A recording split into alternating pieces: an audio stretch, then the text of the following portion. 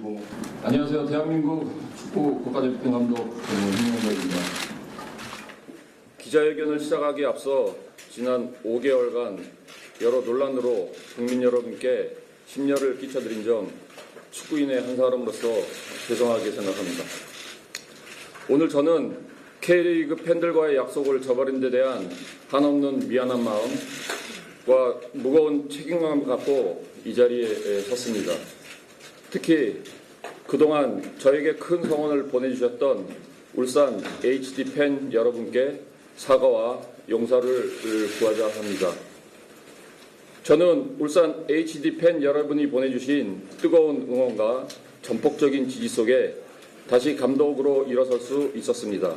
그렇기에 이번 선택이 팬 여러분들에게 큰 상처와 실망감을 드렸다는 점에서 다시 한번 고개 숙여 죄송하다는 말씀을 드립니다.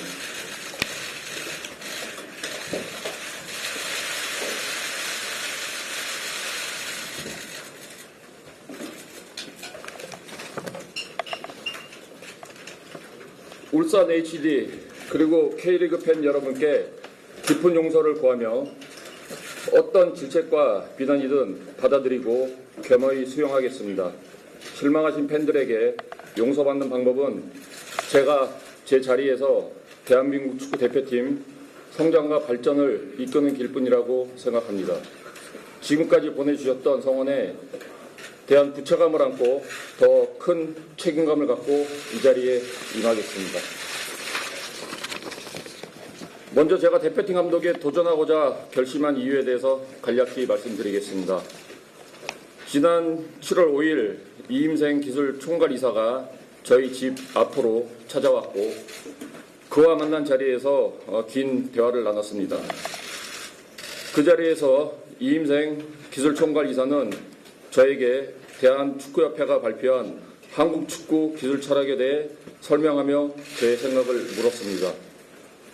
저는 제가 대표팀 감독, 협회 전무를 하면서 평소에 가지고 있던 축구 철학, 대표팀 운영 방안, 한국 축구의 기술 철학과 관련된 각급 대표팀 연계 방향 등 제 생각을 솔직하게 이야기했습니다.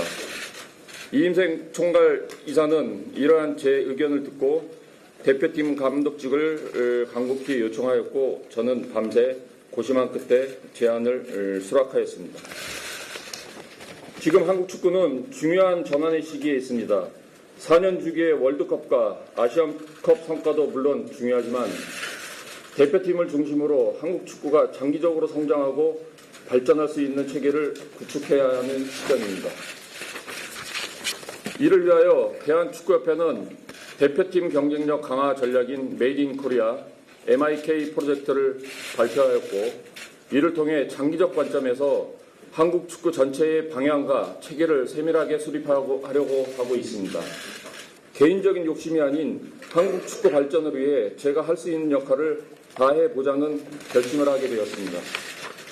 이러한 점들이 제가 10년 만에 대표팀 감독으로 다시 도전하게 된 가장 중요한 내적 동기였습니다. 존경하는 축구팬과 국민 여러분, 대한민국 축구는 지금 유례없이 훌륭한 선수들로 가득합니다. 그렇기에 대표팀은 성적으로 표현되는 결과와 한국 축구만의 확고한 방향과 체계의 확립이라는 과정 두 마리 토끼를 모두 잡아야 합니다. 대표팀 운영에서는 존중, 대화, 책임과 헌신 세 가지 정도의 키워드가 중요합니다. 우선 존중입니다. 앞으로 대표팀은 수직적 관계가 아닌 수평적 관계로 팀을 만들어갈 것입니다.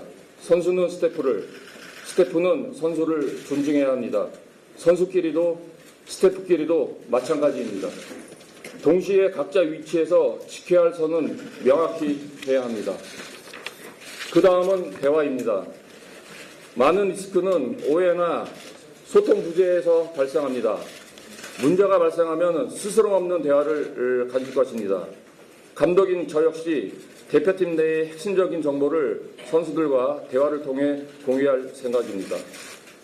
마지막으로 책임과 헌신입니다. 대표팀 운영의 많은 부분을 오픈하고 정보를 공유한다는 것은 그에 따르는 책임과 헌신을 다해야 한다는 의미입니다. 선수들이 변화를 요구하고 그것이 좋은 방향이라면 저는 코칭 스태프와 받아들일 것입니다.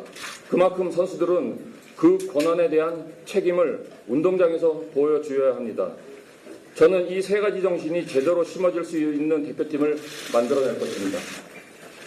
또 제가 축구와 가자는 축구 스타일에 대해서 말씀드리겠습니다.